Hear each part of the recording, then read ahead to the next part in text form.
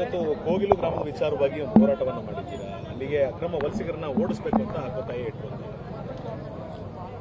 ಈಗ ಅವ್ರು ಯಾರು ಸಹ ನಮ್ಮ ಭಾರತದವರಲ್ಲ. ಸುಮ್ಮನೆ ನಾಮಕಾವಸ್ಥೆಗೆ ಒಂದು ಸ್ವಲ್ಪ ಮನೆಗಳನ್ನ ನಮ್ಮವ್ರನ್ನ ಭಾರತದವ್ರನ್ನ ಅಂದರೆ ನಮ್ಮ ರಾಜ್ಯದವ್ರು ಎಲ್ಲೆಲ್ಲಿಂದನೋ ತಂದಿಟ್ಟಿದ್ದಾರೆ.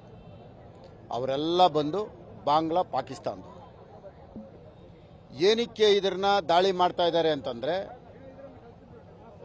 ಇಲ್ಲಿ ಅದನ್ನಿಟ್ಟಂಥದ್ದು ಒಂದು ಕಸಕ್ಕೋಸ್ಕರ ಇಟ್ಟಂಥ ಜಾಗ. ಬೆಂಗಳೂರು ಬೆಳೀತಾ ಇತ್ತು, ಗಾರ್ಬೇಜಿಗೆ ಬೇಕು.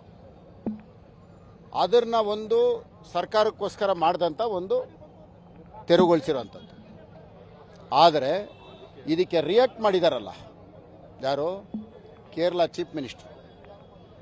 ಕೇರಳ ಚೀಫ್ ಮಿನಿಸ್ಟ್ರಿಗೂ ಕರ್ನಾಟಕಕ್ಕೂ ಏನು ಸಂಬಂಧ? ಇರಲೇಬೇಕಲ್ಲ ಏನಾರು ಒಂದು. ಇಲ್ಲದೆ ಇರೋದಕ್ಕಂತೂ ಸಾಧ್ಯ ಇಲ್ಲ.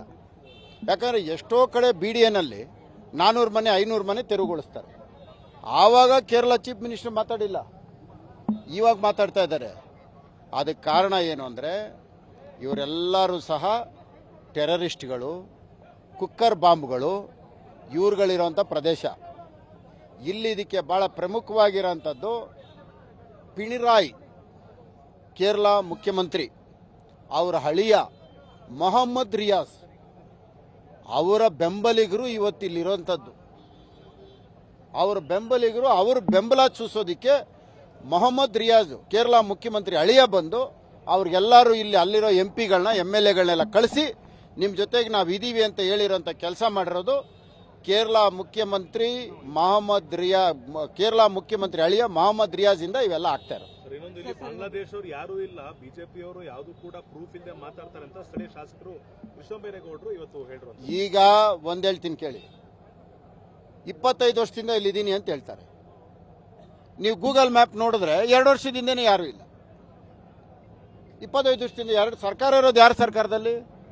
ಇವ್ರ ಸರ್ಕಾರನೇ ತಾನೆ. ಎಲ್ಲಿಂದ ಬಂದ್ಬಿಡ್ತಾರೆ ಏಕಾಏಕಿ? ಅದೇನು ಉದ್ಭವ ಆಗಿರುವಂತ ಅಲ್ವಲ್ಲ, ಬಂದು ಸೇರ್ಕೊಂಡಿರೋದು.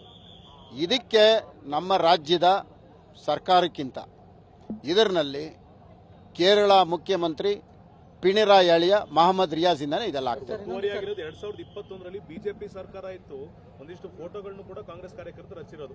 ಅಲ್ಲಿ ತಮ್ಮೇಶ್ ಗೌಡ್ರ ಜೊತೆ ನಿಂತ್ಕೊಂಡು ಫೋಟೋ ತೆಗೆಸ್ಕೊಂಡಿದ್ದಾರೆ. ಆ ಪ್ರಮುಖ ವ್ಯಕ್ತಿಗಳೇನಿದ್ದಾರೆ ಅವರಿಬ್ರು.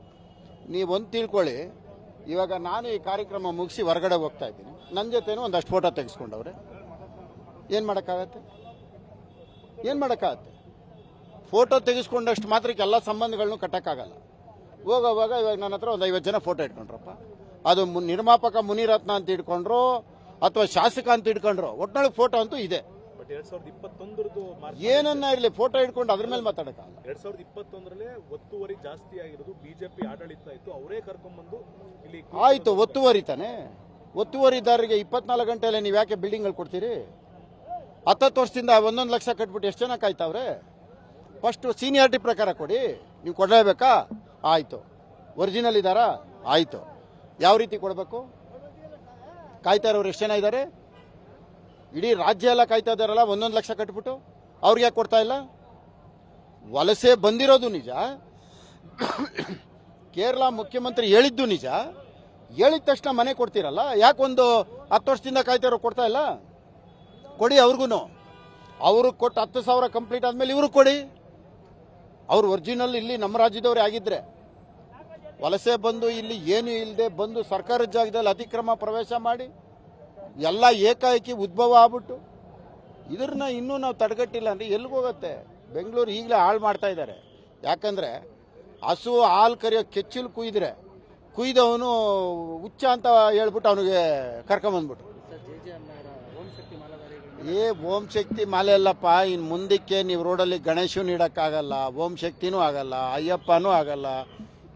ಆಶ್ಚರ್ಯ ಪಡೋದೇನು ಗೊತ್ತಾ? ಬೆಂಗಳೂರು ಕರ್ಗಾನೇ ನಿಂತುಬಿಡತ್ತೆ. ಅದು ಆಶ್ಚರ್ಯ ಪಡಬೇಡ್ರಿ.